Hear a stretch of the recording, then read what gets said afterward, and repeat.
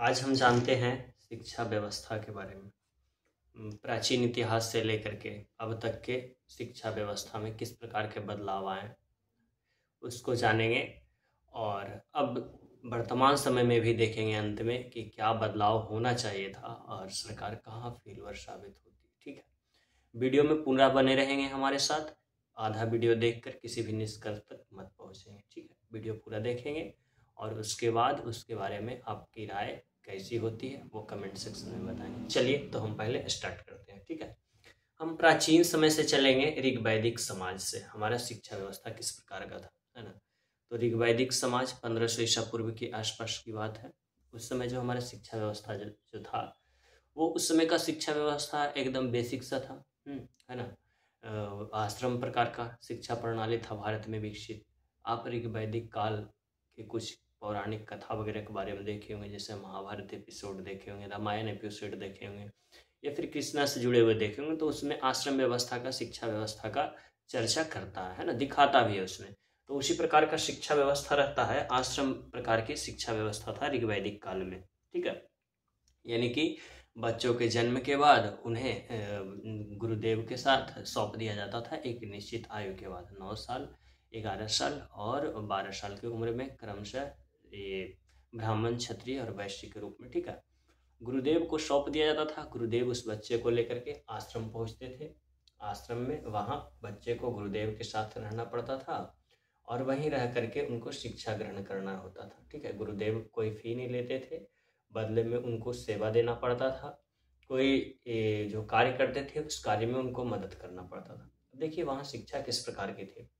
पेड़ों के नीचे बैठ करके मौखिक रूप से शिक्षा दी जाती थी। कोई लिखने वगैरह का प्रावधान अभी की तरह, रेस की तरह नहीं था कि कलम से एकदम लिखे जा रहे हैं मिल्खा सिंह की तरह। इस प्रकार की कोई शिक्षा प्रणाली नहीं थी, है ना। लिखने वाला बस मौखिक रूप से दिया करते थे, है ना। और वैसा शिक्षा देते थे जिससे सामाजिक व्यवस्था से बच्चा जुड़ा रहे। समाज से कटने वाला शिक्षा नहीं दिया करते थे। प्रकृति चीज़ों के बारे में बताते थे, मानव के बारे में मानव की सोचने की क्षमता क्या होती है, वो किस प्रकार से सोचता है, मतलब एक कह सकते हैं सामाजिक ज्ञान भी दे दिया जाता था। इसके साथ ही साथ बच्चों को कुछ सीखने का हुनर भी सिखाया जाता था उसमें, है ना। मतलब उसको बोलते हैं हस्तकला वगैरह, है ना।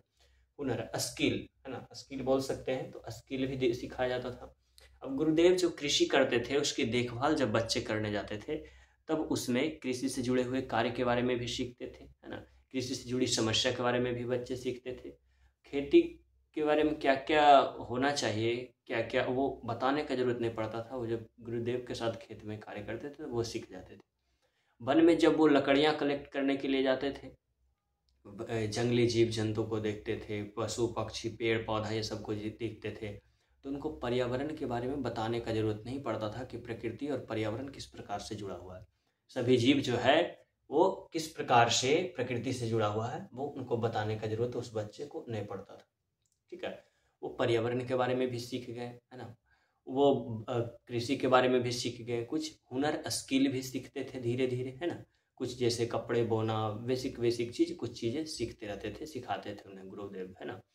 उसके बाद बच्चे को जानते होंगे कि कुछ खाना खुद से बनाना पड़ता था और कुछ जब खाना घट जाता था पास के गांव में जाकर के भिक्षा मांगना पड़ता था। तो जब भिक्षा मांगने में जाते थे तो पास के गांव की समस्या, गांव में किस प्रकार के लोग रहते हैं, किस प्रकार से लड़ाई होता है, किस प्रकार से ऊंच नीच दिखता है गांव में, वो सब देख देख करके सीखते थे। काहे कि अल्टीमेटली उनको उसी समाज में रहना है ना, तो वो समाज से जुड़ करके चीज़ों को सीखते थे। और ये आपको भी पता होना चाहिए कि जब चीज़ों को हम देख करके सीख रहे हैं और लिख करके सीख रहे हैं, दोनों में फ़र्क हो जाता है। देख करके सीखना काफ़ी आसान हो जाता है किसी भी चीज़ों को, है ना। काहे कि जैसे एनिमेशन वीडियो है, देखते होंगे माइंड में सेट हो जाता है। तो उसी प्रकार से वहाँ जब चीज़ों को समाज से जुड़ करके जब वो बच्चे भिक्षा मांगने जाते थे और देखते थे तो वो आसानी से शिक्षा को ग्रहण करते थे। ये था हमारा ये प्राचीन समय का ऋग वैदिक समाज का शिक्षा। इसमें गुरुदेव फीस वगैरह नहीं लेते थे, छुट्टी नहीं होता था, कोई छुट्टी व्यवस्था का कोई प्रबंधन नहीं था, कोई स्कूलीकृत ढांचा नहीं था। गुरुदेव का घर, कुटिया, आश्रम और वो वृक्ष के नीचे वही शिक्षा व्यवस्था था। ठीक है, समय परिवर्तन होता है ना। समय परिवर्तन होते के साथ हम लोग वन से थोड़ा सा विकसित समाज की तरफ बढ़ते हैं। विकसित समाज की तरफ बढ़ेंगे तो हमारे शिक्षा व्यवस्था में बदलाव आएगा। ठीक है, तो बदलाव आएगा तो अब हम देखेंगे यानी कि थोड़ा सा गुप्त काल के बाद से, यानी कि ऋग वैदिक समाज के बाद का शिक्षा व्यवस्था। ठीक है, तो उस समय जो थे मतलब ऋग्वैदिक समाज के बाद का शिक्षा व्यवस्था का ब्रिटिश के बारे में अगर जानेंगे तो आपको पता चलेगा। ये क्लास 8 का एनसीईआरटी पढ़ेंगे, शिक्षा व्यवस्था के बारे में एक चैप्टर दिया हुआ है उसमें। तो विलियम एडम्स की एक रिपोर्ट आती है, ठीक है, विलियम एडम्स की एक रिपोर्ट आती है बंगाल और बिहार की शिक्षा व्यवस्था पे। तो वही रिपोर्ट में प्रकाशित करता है कि भारत की शिक्षा व्यवस्था ब्रिटिश के आने से पहले कैसी थी, ठीक है। तो उसी रिपोर्ट के आधार पर हम देखेंगे, यानी कि ऋग्वैदिक समाज के बाद भारत की शिक्षा व्यवस्था कैसी थी। दूसरा स्टेप पे हम लोग आ चुके हैं, ठीक है।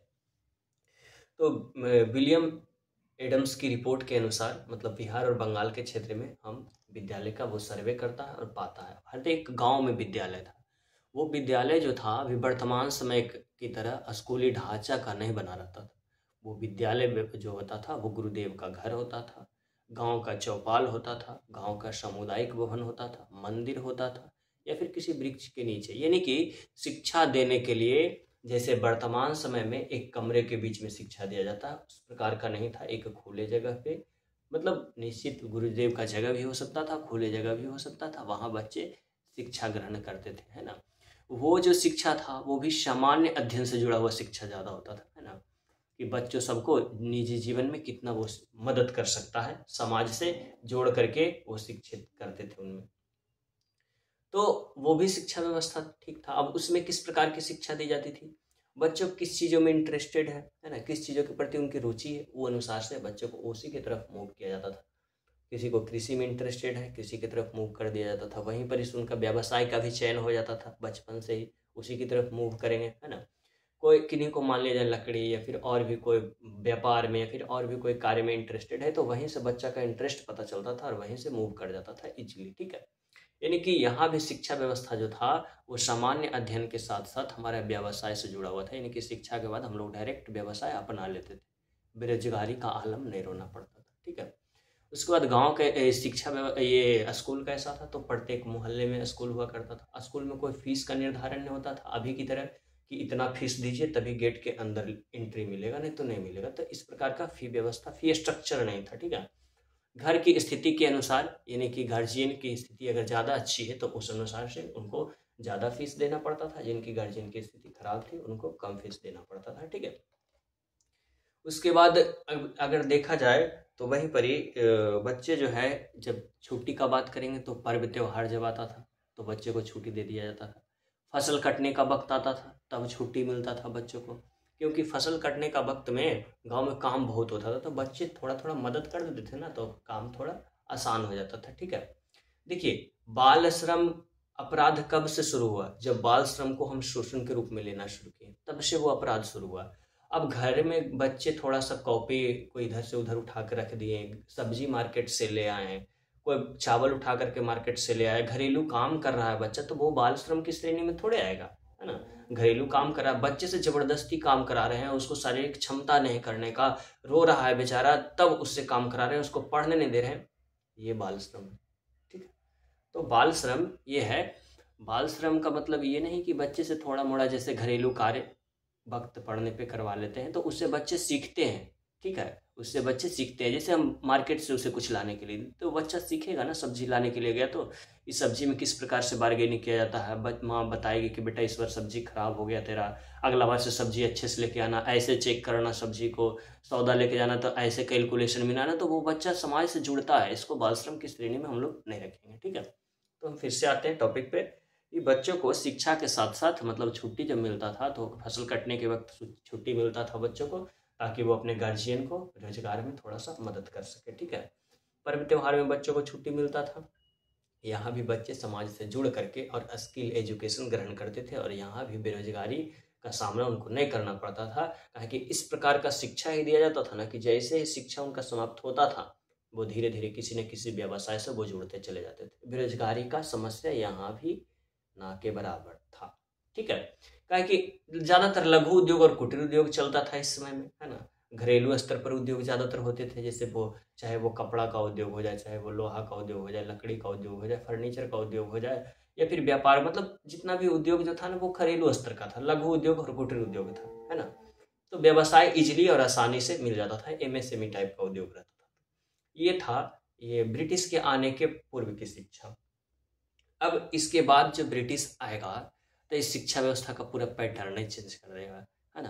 किस प्रकार से वो पैटर्न चेंज करेगा और देखिएगा किस प्रकार से हम लोग के स्किल एजुकेशन को वो बर्बाद करता है। मेरा ये कहना, हम ये नहीं कहेंगे कि हम लोग को प्राचीन शिक्षा व्यवस्था को अपना लेना चाहिए, वो बहुत अच्छा है, ऐसा नहीं हम बोलेंगे। वर्तमान शिक्षा व्यवस्था अभी के लिए बेस्ट है, लेकिन वर्तमान शिक्षा व्यवस्था में बदलाव की आवश्यकता है। जो हम लोग सामान्य शिक्षा व्यवस्था जो है हमारा बिहार का खास करके, जिसमें स्किल एजुकेशन की बात नहीं करते, इस प्रकार का शिक्षा व्यवस्था वर्तमान में नहीं होना चाहिए, इसमें बदलाव की आवश्यकता है ना। तो आज हम दो जनरेशन यानी कि पिछले शिक्षा की बात की, एगो प्राचीन समय की, एगो मध्यकाल में किस प्रकार का शिक्षा था, दोनों पे बात किए। अब नेक्स्ट वीडियो में हम बात करेंगे कि हमारा ब्रिटिश आया तब शिक्षा व्यवस्था क्या होता है और उसके बाद हम लोग शिक्षा व्यवस्था में क्या बदलाव किए, और वर्तमान समय का शिक्षा व्यवस्था में ऐसा क्या है जो बेरोजगारी का इतना समस्या उत्पन्न हो गया है। क्या कुछ बदल सकते हैं, बदलने के बाद शिक्षा व्यवस्था में क्या बेरोजगारी समाप्त हो सकती है। तो इतने सारे सवालों का जवाब आपको मिलेगा, हमारे साथ बने रहेंगे इसी प्रकार से अगले वीडियो में। तब तक के लिए जय हिंद।